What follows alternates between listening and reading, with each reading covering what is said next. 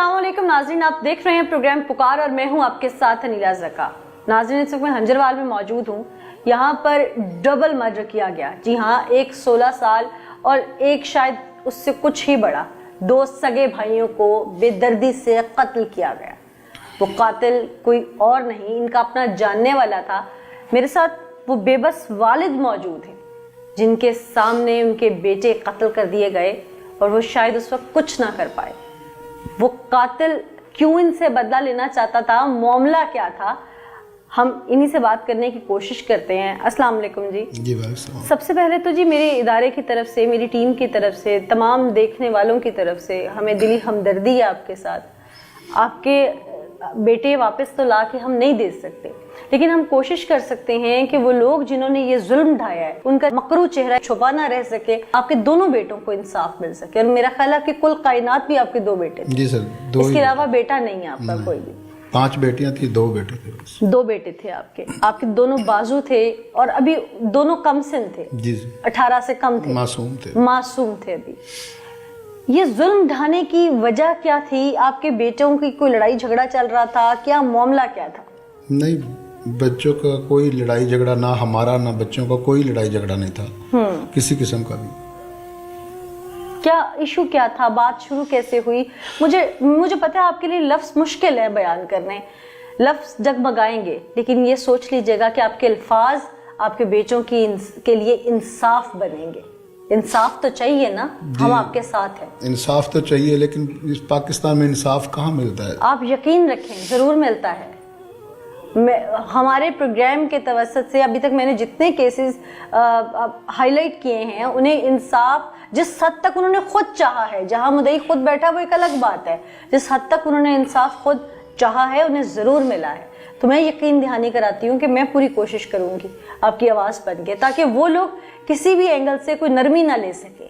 तो आप कुछ बताइए मुझे कि वो आपके घर में घुसे कत्ल करने की एमा लेकर, क्या वजह थी, मामला क्या था, कितने अरसे से कुछ अक्लिश चल रही थी? गालिबन आपका दामाद था वो? शायद दामाद नहीं था वो दामाद बन गया था, धक्के से बन गया था। अच्छा। असल ये ना, ये गैंग लीडर था। अच्छा। इस इलाके में ना इन्होंने लड़कों को, मासूम बच्चों का गैंग बनाया हुआ था, ये लीडर था इनका सबका। मेरे बच्चों से भी दोस्ती रही है, लेकिन वो मेरे इल्म में नहीं था, मुझे बाद में पता चला है। तो मेरी बच्ची थी 17 साल की बच्ची थी, उससे बड़े बेटे 18 साल से जो बड़ा बेटा था ना उससे छोटी थी। तो वो स्कूल जाती थी, तो उससे कहीं इसके ताल्लुक बन गए हैं, हमें इल्म नहीं था खुदा तक भी। और इसने वर्गलाने की इसके वर्गला लिया था ले जाके, और धमकी उस वक्त भी इसको धमकी बच्ची को दी गई थी कि जी मैं तुम्हारे भाइयों को भी मार दूंगा, तुम्हारे बाप को मार दूंगा अगर तुमने मेरे साथ निकाह ना किया था। ठीक है, उसको जबरदस्ती से वर्गला के ले गया और उससे कोर्ट मैरिज कर ली। ठीक है। हमें पता नहीं था, वो स्कूल गई थी, तो हम गए हैं लेने के लिए 2 बजे, तो वो नहीं वहाँ पे मिली। तो हमने समझा फिर शायद बच्ची पता नहीं कहाँ चली गई, घंटे 2 घंटे देखते रहे। फिर हमने यहाँ हंजरवाल थाने में मुकदमा दर्ज करवा दिया अगवा का, बच्ची का। मुकदमा दर्ज होने के बाद दूसरे दिन हमें पता चला कि जो वो बच्ची को लेकर भगा के ले गए। किसने बताया? दूसरे दिन बच्ची ने खुद फोन किया आप लोगों को या किसी ने इतला दी आप लोगों को? नहीं, कि वहाँ उनका कोई लड़का था दोस्त, उसने बताया मेरे बच्चों को, उन्होंने फिर हमें बताया था कैसे जो वहाँ गई है वो। अच्छा, फिर आप लोग वो लोग कहीं करीब ही रहते थे? हाँ जी, मंसूरा बाजार में उनकी रिहाइश थी। गुजर मार्केट के नाम से गुजर बरादरी थी। हमारी राजपूत, हम राजपूत बरादरी से बिलोंग करते हैं, वो गुजर बरादरी थी। ठीक है। तो जैसे ही मुझे ये खबर मेरे पर गिरी, मुझे पता चला कि बच्ची के साथ उसने निकाह कर लिया, तो हम बेबस हो गए। फिर हमने क्या कार्रवाई करनी थी। बेटी सबसे बड़ी थी आपकी? बड़ी बेटे से छोटी थी। नहीं, बेटियों में सबसे बड़ी? बेटियों में सबसे बड़ी थी। ठीक है। तो फिर ये महीना डेढ़ ये मामला चलता रहा है। महीना डेढ़ बच्ची वहीं पे 1.25 महीना वहाँ पे रही है। ठीक है। फिर बरादरी तौर पे हम बच्ची को वापस ले आए हैं। बरादरी में ये बात तय पाई थी कि अगर बच्ची वापस मर्जी से जाएगी तो वापस भेज देंगे, अगर नहीं बच्ची जाना चाहेगी तो फिर हम बच्ची को नहीं भेजेंगे इसके साथ। तो बरादरी में जब ये तय पाए, बच्ची को वापस ले गए। बच्ची को जाके सारी हकीकत पूछी तो बच्ची ने हमें बताया सारी, मैं मजबूर हो गई थी पापा, मुझे मजबूर कर दिया गया था। मैं मजबूरी में जैसे मुझसे बयान दिलाए मैंने वैसे ही दिए। मैं को बेटा मुझे तो कम से कम बता। इस दौरान बच्ची के 164 के बयान भी उन्होंने दिलवाए? ये नहीं, मुझे नहीं पता इससे। अच्छा, इन फ्रंट ऑफ कोर्ट वो बच्ची को लेके गए निकाह करने? दिलवाए तो वो अपने तौर पे उन्होंने दिलवाए, हम नहीं जा सके, हम गए ना हमें ना आपको इल्म है। जी जी। ठीक है।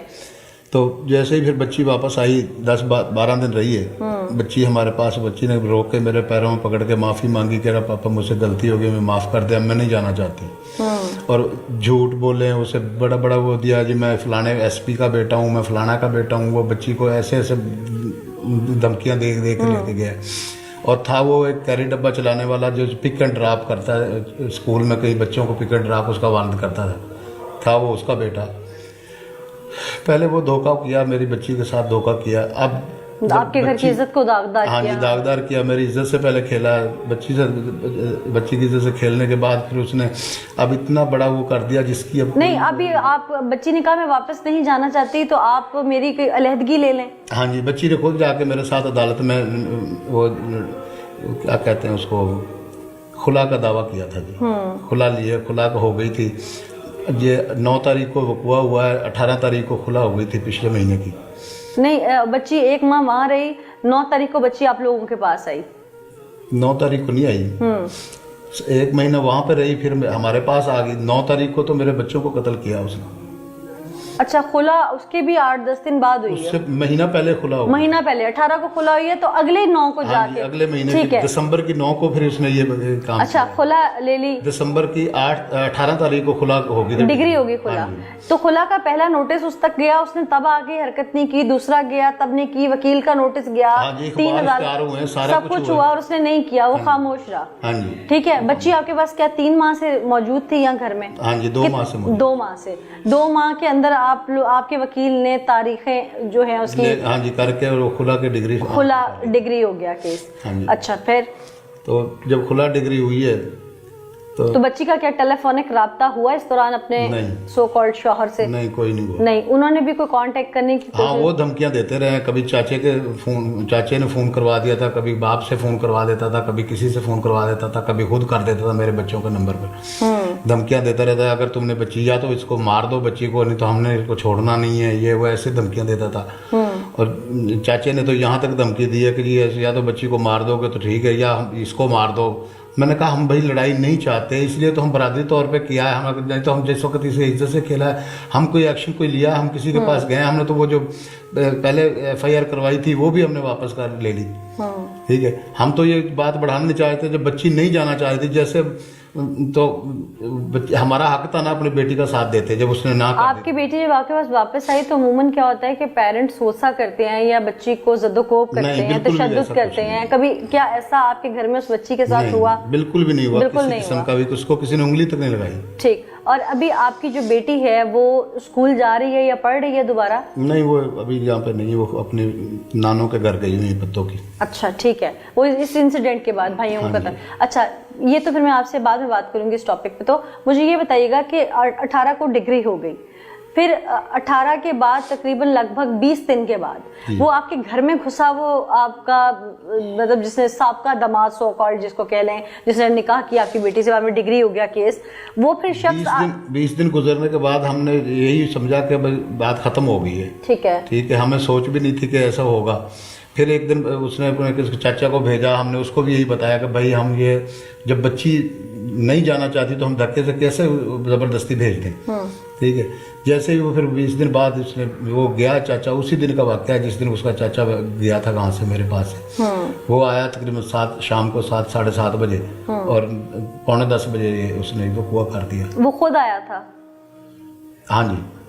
वो क्या नाम था उस लड़के का? फहद खुद आया था?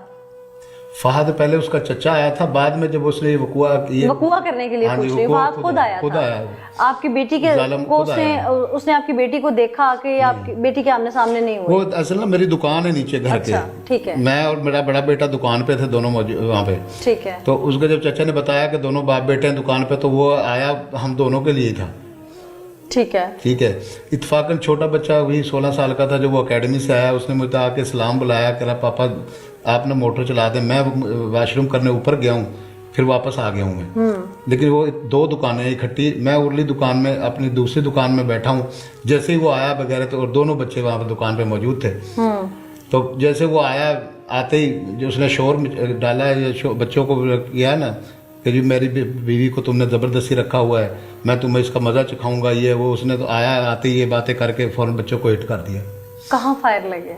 एक दोनों बच्चे के सीनों में लगे। एक ऐसे बैठा हुआ था टेबल पे, एक बर्तन धो रहा था, वो खड़ा हुआ, उसको खड़े होते के साथ ही उसने मार दिया। और छोटे बच्चा पे तो बैठा था, मोबाइल गेम देख रहा, चला रहा था वहाँ पे, और दूध गर्म कर रहा था दही के लिए। उसको भी सीने पे मारा, दोनों को सीनों पे मारा है, दोनों को मार दिया वहाँ दुकान। एक एक फायर लगा दोनों को? एक एक फायर लगा।